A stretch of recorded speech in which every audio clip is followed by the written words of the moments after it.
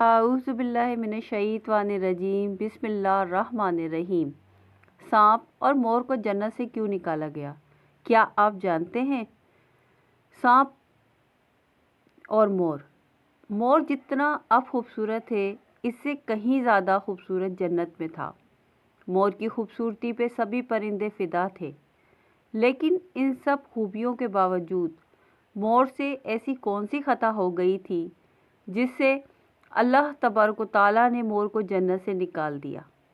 اللہ تبارک و تعالیٰ نے جب حضرت آدم علیہ السلام اور اماں حوا کو پیدا فرمایا، اس کے بعد ان کو جنت میں بھیج دیا۔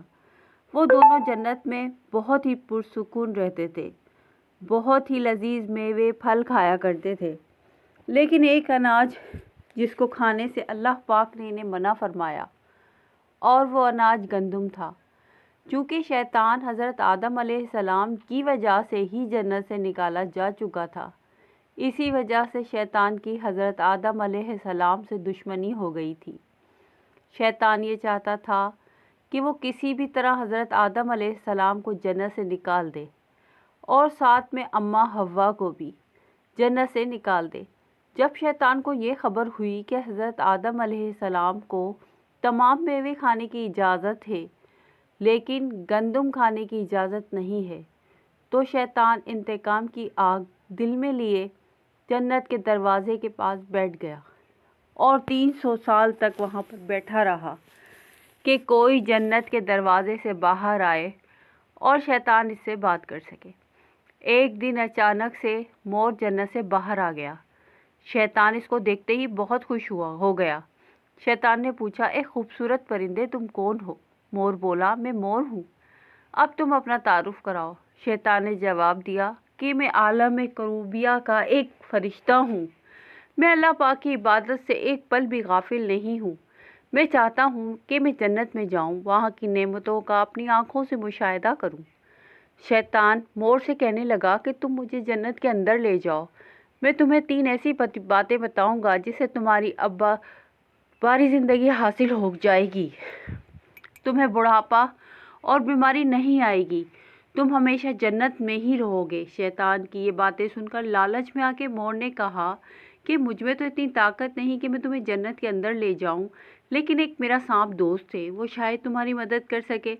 یہ کہہ کر مور سانپ کے پاس آیا، اس کو ساری بات بتائی۔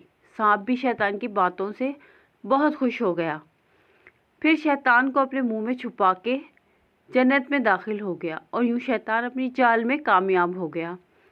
جنت کے تمام نگہبانوں کو یہ بات معلوم تھی کہ شیطان یہ چال چل رہا ہے اور جنت میں داخل ہو چکا ہے۔ فرشتے شیطان کو جنت سے نکالنے لگے، تبھی اللہ پاک کا حکم ہوا کہ اس کو بھی جنت میں ہی رہنے دیا جائے۔ وہ فرشتے اللہ تبارک و تعالیٰ کے حکم سے رک گئے۔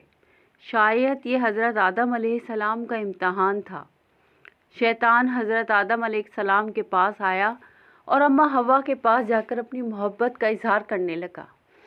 وہ دونوں ہی شیطان کو پہچان نہ سکے، کیونکہ ماضی کے مقابلے میں شیطان کی شکل تبدیل ہو چکی تھی۔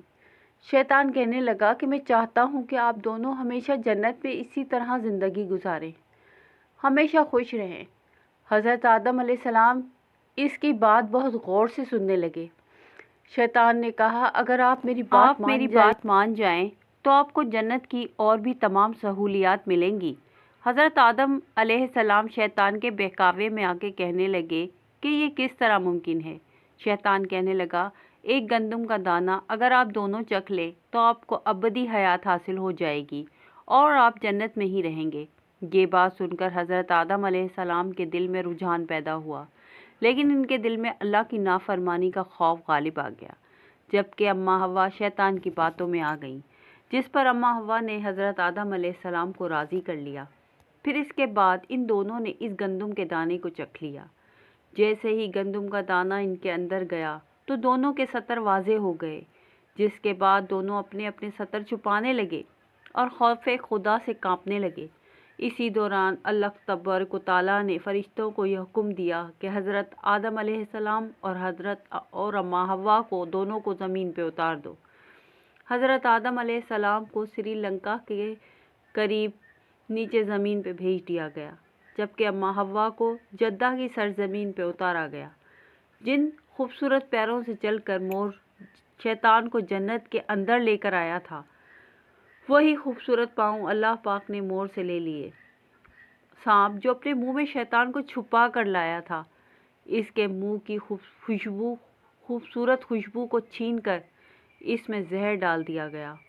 پھر مور کے ساتھ ساتھ سانپ کو بھی جنت سے نکال دیا گیا۔ اسلامی واقعات پر مبنی ویڈیوز دیکھنے کے لیے میرے چینل کو سبسکرائب کریں۔ اس سے میری حوصلہ افزائی ہوتی ہے۔ آپ کا بہت بہت شکریہ۔